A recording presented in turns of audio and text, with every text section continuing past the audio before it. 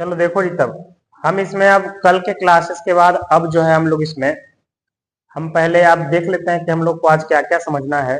सबसे पहले हम समझेंगे मेल रिप्रोडक्टिव सिस्टम के बारे में, फिर हम इसमें समझेंगे फीमेल रिप्रोडक्टिव सिस्टम के बारे में, तब फिर हम देखेंगे फर्टिलाइजेशन क्या होता है।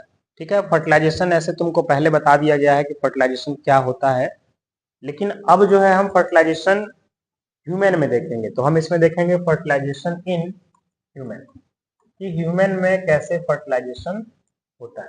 ठीक है, फिर इसके बाद जो है फर्टिलाइजेशन के बाद हम समझेंगे कि अगर एक बार जो एग फर्टिलाइज हो जाता है तो तुमको बताया गया फर्टिलाइजेशन के बाद फॉर्मेशन होता है जाइगोट का। अब जाइगोट के बाद फिर फॉर्मेशन होता है एम्ब्रायो का, फिर एम्ब्रायो के बाद फॉर्मेशन होता है फीटस का। तो उसमें क्या अंतर है जाइगोट, फीटस और एम्ब्रायो में, अगर हम इतना बात को समझ जाते हैं तब हम लोग का क्लास 8 का रिप्रोडक्शन 90% खत्म हो जाता है। क्योंकि हमको 8 में हम लोगों को पढ़ना है रिप्रोडक्शन के चैप्टर में मेन रूप से हम लोग को ह्यूमन बॉडी में ही रिप्रोडक्शन देखना है। बाकी अगर बात करें हम एसेक्सुअल रिप्रोडक्शन का, तो उसका कुछ पार्ट हम लोग को दिया गया है बुक में समझने के लिए, लेकिन क्लास 7 में हमने इसको बेहतर ढंग से समझा है। जैसे बाइनरी फिजन हो गया, जैसे बर्डिंग हो गया, जैसे स्पोर फॉर्मेशन हो गया। यहाँ पे हम लोग को बस कुछ कुछ टॉपिक्स को दिया गया है समझने के लिए कि हाँ वो कैसे होता है। ठीक है, अब यहाँ पे हम लोग पहले समझते हैं बारी बारी से। देखो अभी हम लोग का इसमें जो है पहले हम समझेंगे मेल रिप्रोडक्टिव सिस्टम के बारे में। और मेल रिप्रोडक्टिव सिस्टम के बारे में अगर हम देखें तो ये इसका ये डायग्राम है। डायग्राम बनाना बहुत आसान काम है, तुम देख सकते हो। इस डायग्राम को बनाने में बहुत ज्यादा झंझट नहीं है। ठीक है, अगर हम इस सीधा से अगर इसका डायग्राम बनाते हैं तो बनाने में आसान हो जाता है हम लोग का काम। अगर साइड से डायग्राम बनाते हैं तो थोड़ा सा मुश्किल होता है, हालांकि साइड से भी इसका डायग्राम उतना ही आसान है, कोई प्रॉब्लम का बात नहीं है। अभी जो डायग्राम हम लोग को दिया गया है इसमें हम लोग बारी बारी से चीजों को समझेंगे। ठीक है, कि इसमें क्या क्या है। सबसे पहले देखोगे कि ये जो ओवल टाइप का जो स्ट्रक्चर है, राउंड टाइप का स्ट्रक्चर है, इस स्ट्रक्चर को हम लोग टेस्टिस कहते हैं। ठीक है, टेस्टिस अगर देखोगे हम लोग बारी बारी से इसमें सभी का बात करके चलेंगे और सभी के फंक्शन को हम लोग देखते चलेंगे। तो ये जो पहला स्ट्रक्चर है इसका नाम है टेस्टिस। टेस्टिस क्या करता है, तो हम लोग के बॉडी में अगर ह्यूमन बॉडी में देखोगे, मेल के बॉडी में, तो टेस्टिस में ही स्पर्म का फॉर्मेशन होता है। इसका मतलब टेस्टिस का क्या फंक्शन है, द फॉर्मेशन ऑफ स्पर्म, पहला चीज ये। दूसरा चीज देखोगे कि जो टेस्टिस ये रहता है, टेस्टिस ये पूरा का पूरा ये जो स्ट्रक्चर है टेस्टिस वाला, इसको देखोगे कि तुम, ये हम लोगों के शरीर के बाहर रहता है, मतलब ह्यूमन बॉडी के शरीर के बाहर रहता है, टेस्टिस बाहर रहता है। ठीक, जिस स्ट्रक्चर में ये बाहर रहता है वो पाउच लाइक स्ट्रक्चर होता है और उस स्ट्रक्चर को हम लोग स्कॉर्टम कहते हैं। ठीक है, तो जो ये बाहर रहेगा, जिस स्ट्रक्चर में, जो बैग लाइक स्ट्रक्चर में ये बाहर की तरफ रहेगा, उसको हम लोग स्कॉर्टम कहते हैं। अब यहाँ पे आपको बात समझना है कि ये फिर शरीर के बाहर क्यों रहता है। जैसे हम लोग के बॉडी में कोई भी ऑर्गन सिस्टम शरीर के भीतर है, जितने सारे भी मेजर ऑर्गन्स हैं वो शरीर के भीतर है। अब ये बाहर क्यों रहता है, तो ऐसा कहा जाता है कि हम लोग के बॉडी का टेम्परेचर कितना होता है, 37 डिग्री सेल्सियस के आसपास। अगर स्पर्म का फॉर्मेशन होना है तो हम लोग के बॉडी टेम्परेचर से थोड़ा सा कम टेम्परेचर होना चाहिए टेस्टिस का, और इस वजह से शरीर के बाहर ये पाउच लाइक स्ट्रक्चर स्कॉर्टम में ये कह लो कि स्टोर्ड रहता है। ठीक है, तो सबसे पहला हो गया, तुम लोग को सब धीरे धीरे सभी नाम याद रखना है। सबसे पहला हो गया टेस्टिस, फिर इसके बाद जो पाउच लाइक स्ट्रक्चर रहेगा उसे हम क्या कहेंगे, तो उसे हम कहेंगे स्कॉर्टम। यहाँ पे ये जो पाउच लाइक स्ट्रक्चर ऐसे रहेगा, इस स्ट्रक्चर का नाम स्कॉर्टम है। फिर जब इसके ऊपर हम आते हैं, ऊपर आने में तुम देखोगे कि ये वाला जो स्ट्रक्चर है, इस स्ट्रक्चर को हम लोग एपी डाइमेस कहते हैं। देखो नाम तुमको पूरा का पूरा एकदम याद रहना चाहिए। इसको हम लोग एपिडिडाइमस कहते हैं। कभी भी हम किसी भी स्ट्रक्चर में नेमिंग करते हैं तो किसी एक हिस्से से हम करते चले जाते हैं ताकि एक सीक्वेंस दिमाग में बना हुआ रहे, समझ रहे हो कि नहीं। तो सबसे पहले हमने देखा टेस्टिस। टेस्टिस रहेगा कहाँ, स्कॉर्टम में। टेस्टिस का फंक्शन क्या है, ये स्पर्म फॉर्मेशन करता है। स्कॉर्टम में क्यों रहता है टेस्टिस, क्योंकि टेम्परेचर में वेरिएशन रहना चाहिए। ठीक है। आगे अगर हम बात करें तो आगे अगर देखोगे कि अगर हम बात करते हैं इस स्ट्रक्चर को, तो इस स्ट्रक्चर को हम एपिडिडाइमस कहते हैं और इसका फंक्शन क्या होता है, तो ये एपिडिडाइमस जैसे ही टेस्टिस में स्पर्म बनेगा तो एपिडिडाइमस उसको कुछ टाइम के लिए स्टोर करके रखेगा। मतलब अगर तुमसे पूछा जाए कि एपिडिडाइमस का फंक्शन क्या होता है, तो एपिडिडाइमस का फंक्शन होता है स्पर्म को स्टोर करके रखना। ठीक है। तीसरा देखोगे इस स्ट्रक्चर को हम लोग वैस डिफरेंस कहते हैं, या फिर वैस डिफरेंस, या फिर इसी को हम लोग स्पर्म डक्ट कहते हैं। इसी को हम लोग कह के चलते हैं कि ये है स्पर्म डक्ट। इसका कोई खास फंक्शन नहीं है, बस ये कनेक्टर का काम करता है कि यहां से ये टेस्टिस को कनेक्ट कर रहा है बाकी आगे के ऑर्गन से। ठीक है। तो इसका हम लोग का कोई खास काम नहीं, बस ये पैसेज है, ये पास करेगा। अच्छा, जब हम ऊपर की तरफ अब आगे बढ़ते जाते हैं तो हम देखते हैं कि ये वाला स्ट्रक्चर क्या है। तो ये वाला स्ट्रक्चर देखोगे ये ऊपर से किडनी से होता हुआ आ रहा है।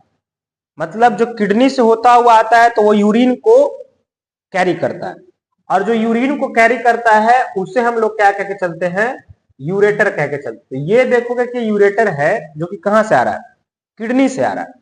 और फिर इसके आगे जो ये वाला तुमको दिख रहा है एकदम bag like structure, pouch like structure, ये क्या है, ये यूरिनरी ब्लैडर है। देखो, रिप्रोडक्टिव सिस्टम में हम लोगों को इसका उतना कोई खास महत्व नहीं है। ठीक है। अगर हम रिप्रोडक्टिव सिस्टम में देखेंगे तो यूरिनरी ब्लैडर का उतना कोई खास महत्व नहीं है, लेकिन ये सब एक ही जगह पे रहता है, तो हम लोग इसमें हल्का सा इसको डिस्क्राइब करके चल लेते हैं। तो सबसे पहले हमने देखा टेस्टिस, फिर देखा एपिडिडाइमस, फिर देखा वास डिफरेंस, फिर देखा यूरेटर, फिर देख रहा है यूरिनरी ब्लैडर। अब इसके बाद जो स्ट्रक्चर देखोगे, इसके बाद जो स्ट्रक्चर रहेगा, जो तुमको लीफ लाइक स्ट्रक्चर दिख रहा है, इस स्ट्रक्चर को हम लोग सेमिनल वेसिकल्स कहते हैं। इसको हम लोग सेमिनल वेसिकल्स कहते हैं। इसमें तुम देखोगे कि इस स्ट्रक्चर का काम क्या है, जैसे तुमको बताया गया, इसका स्पर्म का फॉर्मेशन करना, स्टोर करके रखना, ये बस ये डक्ट है तो ये कैरी करेगा। इसका काम क्या है, तो ये कह लो कि स्पर्म को हेल्दी रखने के लिए उसमें फ्लूइड लाइक स्ट्रक्चर मिलाता है, उसे हम लोग सीमेन कहते हैं। यानी कि सीमेन बनाने का काम, सीमेन, ठीक है, वो उसको बनाने का काम ये करता है कौन, सेमिनल वेसिकल्स। और साथ साथ में देखोगे कि यहां पर जो ये स्ट्रक्चर तुमको दिख रहा है, इस स्ट्रक्चर का नाम है प्रोस्टेट ग्लैंड। नाम इस स्ट्रक्चर का नाम क्या है, प्रोस्टेट ग्लैंड। प्रोस्टेट ग्लैंड का भी क्या काम है, तो प्रोस्टेट ग्लैंड और सेमिनल वेसिकल्स ये दोनों एक साथ मिल करके एक फ्लूइड लाइक स्ट्रक्चर बनाता है जिसे हम सीमेन कहते हैं। और उसका काम क्या होता है, उसका काम ये होता है कि अगर आगे स्पर्म को आगे की तरफ बढ़ना है तो उसे वो फ्लोट करने में मदद करेगा, साथ साथ में उसको कह लो कि न्यूट्रिटिव रखेगा। तो यहां पर ये हो गया तुम्हारा प्रोस्टेट ग्लैंड। फिर जब हम आगे की तरफ बढ़े तो ये जो ट्यूब लाइक स्ट्रक्चर दिख रहा है, ये इसे हम लोग कह के चलते हैं यूरेथ्रा। इसे हम कहते हैं यूरेथ्रा। जो ये बाहर की तरफ ये आ रहा है स्ट्रक्चर, इसे हम कहते हैं यूरेथ्रा। बाकी जो ये कह लो कि पूरा जो स्ट्रक्चर है, ये पूरा का पूरा ऊपर का स्ट्रक्चर, इस पूरे स्ट्रक्चर को हम लोग पेनिस कह के चलते हैं। तो ये हो गया पेनिस, ठीक है। और इसमें देखोगे कि इसका नाम है यूरेथ्रा। बाकी देखोगे तो ये हेड हो जाता है पेनिस का। बाकी इन सभी में हम लोगों को इतना ही खास करके जानना है, ठीक है। अगर हम लोग जहां तक पढ़ रहे थे, तुमको मेन कहां कहां क्या क्या फंक्शन याद रहना चाहिए। सबसे पहले टेस्टिस तुमको बतलाया गया। टेस्टिस का पहला काम होता है स्पर्म का फॉर्मेशन। दूसरा टेस्टिस का काम कोई बता सकता है क्या होता है?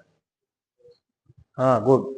टेस्टिस का ही काम होता है मेल सेक्स हार्मोन को प्रोड्यूस करना। और मेल सेक्स हार्मोन जब प्रोड्यूस करता है तो ये testosterone male sex hormone produce करता है। ये हमने एडोलेसेंस वाले चैप्टर में देखा था। वह इसका काम तुमको बताया गया। एपिडिडाइमस का काम है बस कुछ टाइम के लिए स्पर्म को स्टोर करके रखना, ठीक है। मतलब स्पर्म इसी में स्टोर रहेगा, जब बाहर जाना है तब इसके थ्रू होता हुआ वो जाएगा। बस में आता है। आगे देखते हैं वैस डिफरेंस या फिर स्पर्म डक्ट। इसका काम होता है सिर्फ और सिर्फ स्पर्म को कैरी करना।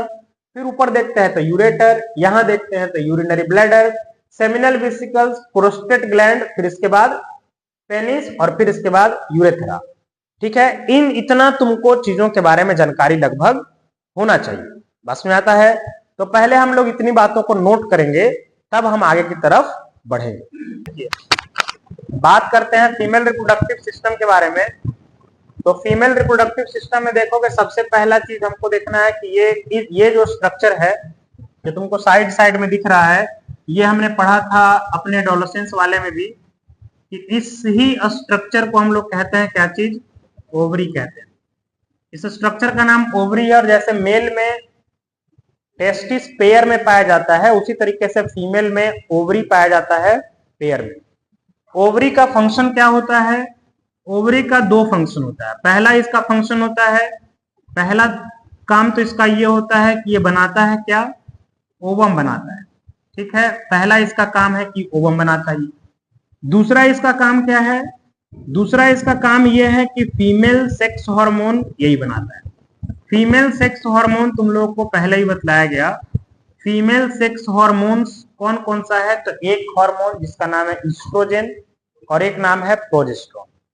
जितने सारे भी चेंजेस आते हैं एक फीमेल के बॉडी में, वो सब फीमेल सेक्स हार्मोन के वजह से ही होता है। तो तुमको ये दोनों नाम याद रखना है, एक ईस्ट्रोजन और एक प्रोजेस्टेरोन।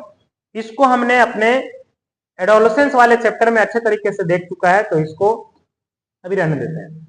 फिर जब आते हैं, जब जैसे हम ओवरी के बाद अगर देखें, तो तुमको यहाँ पे दिख रहा होगा सिमिलरली, जैसे वहां पे वैस्ट डिफरेंस था, यहाँ पे एक स्ट्रक्चर हमको दिखता है। इस स्ट्रक्चर को हम लोग फैलोपियन ट्यूब कहते हैं। फैलोपियन ट्यूब, इसी स्ट्रक्चर का नाम फैलोपियन ट्यूब या फिर इसी स्ट्रक्चर का नाम ओविडक्ट है। ठीक, जैसे वहां स्पर्म डक्ट था, यहां पर या तो फैलोपियन ट्यूब या तो ओविडक्ट। ठीक है, अब जब हम आगे की तरफ बढ़ते हैं, तो आगे बढ़ोगे तो ये जो स्ट्रक्चर है, इस स्ट्रक्चर को हम लोग यूटेरस कहते हैं।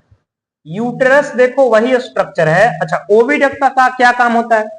ओविडक्ट अगर देखोगे तो ओविडक्ट का दो काम है। ठीक, पहला काम यह है कि जैसे ही यहां से ओवम एक बन करके मेच्योर हो जाएगा, तो उसको कह लो कि वो अपने में उसको खींच लेगा। ठीक है, दूसरा चीज देखोगे कि जो फर्टिलाइजेशन तुमको बार बार समझाया गया कि फर्टिलाइजेशन फीमेल बॉडी के भीतर होता है, तो फीमेल बॉडी के भीतर भी कहां पे होता है? तो उसका जवाब है कि फीमेल बॉडी के भीतर फैलोपियन ट्यूब में फर्टिलाइजेशन होता है। ठीक है, इसके बाद देखेंगे कि ये हम लोग का तीसरा नंबर है, ये यूटेरस। यूटेरस का क्या काम होता है? जैसे मान के चलो कि एग जो है फर्टिलाइज हो गया, फर्टिलाइज होने के बाद जाइगोट बन गया, जाइगोट के बाद धीरे धीरे बढ़ते बढ़ते एम्ब्रायो बन गया, अब उसको फीटस बनना है। फीटस कहने का मतलब अब बेबी को अच्छे तरीके से उसको डेवलपमेंट उसका होना है। तो डेवलपमेंट वो कहां पे होगा? डेवलपमेंट यही यूटेरस के भीतर होता है। यानी कि यूटेरस को हम लोग कहते हैं कि यूटेरस का फंक्शन होता है बेबी को डेवलप करना। ठीक है, इसका यही काम होता है। फिर आगे आते हैं, ये जो स्ट्रक्चर हम लोग का है, इस स्ट्रक्चर को हम लोग सर्विक्स कहते हैं, सर्विक्स, और इसको हम लोग सर्विकल कैनाल कह के चलते हैं।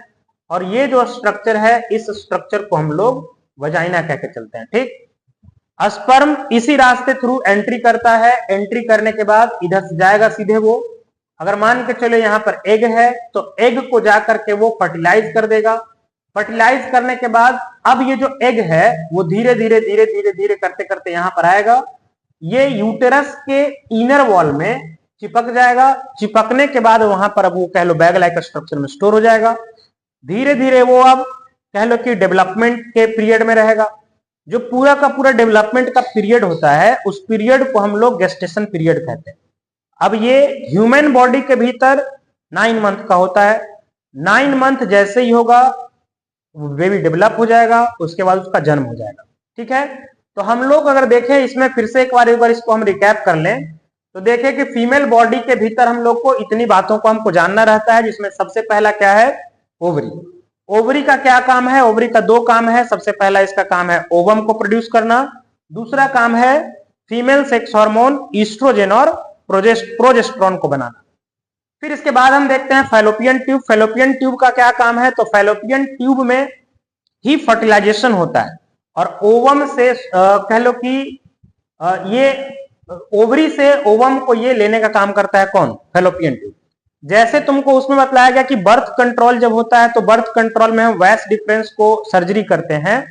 यहां पर अगर फीमेल बॉडी के भीतर अगर बर्थ कंट्रोल होता है कि फीमेल बॉडी में हमको बर्थ कंट्रोल करना है, तो बर्थ कंट्रोल जैसे अगर हमको करना है तो यहां से तुम देखोगे कि ये जो रहेगा फैलोपियन ट्यूब को हम लोग काट देते हैं। जहां पर हम वैस डिफरेंस को जब काटते हैं तो उसको वैसेक्टॉमी कहते हैं। फैलोपियन ट्यूब को काट देंगे अगर तो इसको हम लोग ट्यूबेक्टॉमी कहते हैं। बात समझ आता है? तो अगर मान के चलो हम जो नसबंदी कहते हैं या बर्थ कंट्रोल कहते हैं, अगर ये प्रोसेस अगर हमको करना होता है सर्जरी के मेथड से, तो हम लोग मेल में वैस डिफरेंस को सर्जरी करते हैं और फीमेल में फैलोपियन ट्यूब को सर्जरी करते हैं।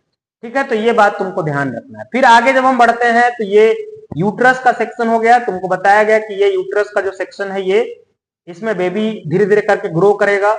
मेंस्ट्रुएशन वाले पीरियड में भी तुमको बतलाया गया था कि जब मेंस्ट्रुएशन वाले टॉपिक में तुमको समझाया गया था कि यहाँ पर फर्टिलाइज होने से पहले ही, एग के फर्टिलाइज होने से पहले ही यहाँ पर देखोगे कि बहुत सारा ब्लड वेसल्स नया नया इमर्ज हो जाता है, लेकिन अगर एग फर्टिलाइज नहीं होता है तो फिर वो ब्लड वेसल्स फिर धीरे धीरे करके मर जाता है और वही ब्लीडिंग के रूप में बाहर आता है। तो इसको हम लोग मेंस्ट्रुएशन कह के चलते हैं। ये सभी बात तुमको पूरा का पूरा याद होना चाहिए। ठीक है, वजाइना का इसमें फंक्शन उतना खास नहीं है, बस ये एक पासेज है, रास्ता है जिसके थ्रू कह लो कि बेबी का जन्म होता है। ठीक है, जहां पर हम देख रहे थे मेल बॉडी के भीतर देख रहे थे तो यूरिन कह लो कि यूरिन का पासेज और स्पर्म के शरीर से बाहर निकलने का पासेज कॉमन होता है। वहीं पर अगर फीमेल बॉडी के भीतर देखें तो यूरिन